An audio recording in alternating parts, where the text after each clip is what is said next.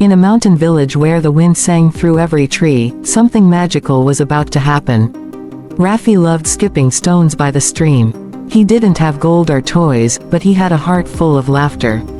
His best friends, Zoya and Timo, were always nearby, one brave, the other wise.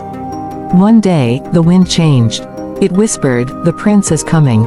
But not all is as it seems. A royal carriage rolled into town, carried by deer and sparkling with light. The villagers gasped. It was the Pebble Prince. He wasn't shiny like other royals.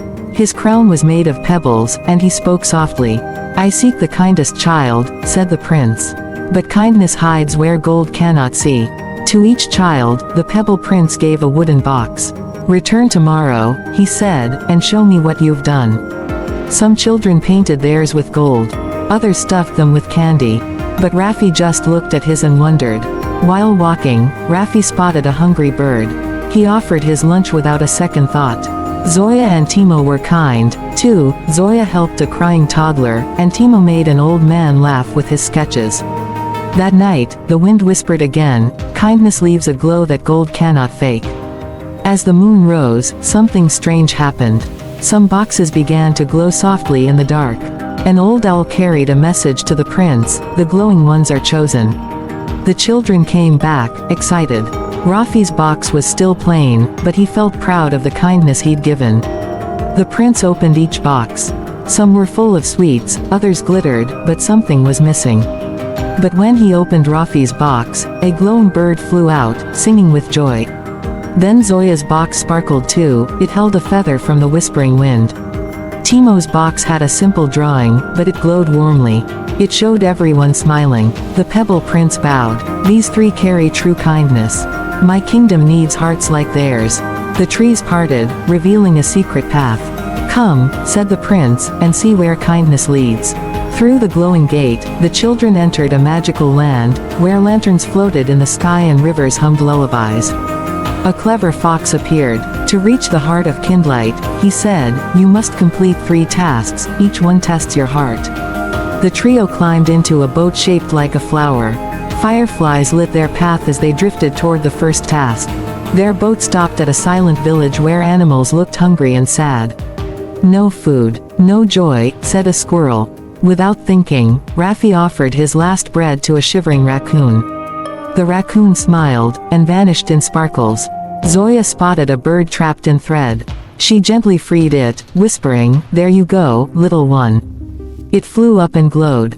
Timo painted a giant mural of joy on a crumbling wall. As he drew, the animals gathered, smiling once more. The village bloomed with color again. Bells rang, and the animals danced.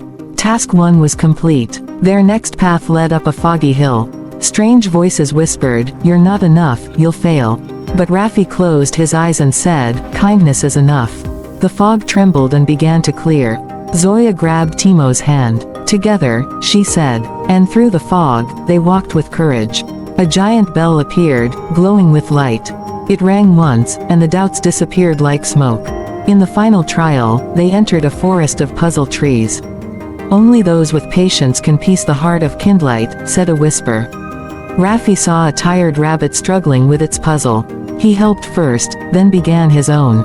Zoya studied the vines and found the secret path to connect every piece, her mind and heart working together. Timo added drawings to his puzzle pieces, turning each one into a memory of their journey. The 3 puzzles joined into one, and from the center, a giant tree bloomed with golden leaves. The Pebble Prince stood beneath the tree, his eyes shining. "You've done it," he said softly. The prince removed his crown. Beneath it was a glowing heart-shaped gem, his true symbol of rule. He placed the gem into Raffi's hand. It pulsed gently, warm like a hug. "You've reminded my kingdom what kindness means." A gentle wind lifted them above the kingdom, showing how every act of kindness had grown into light.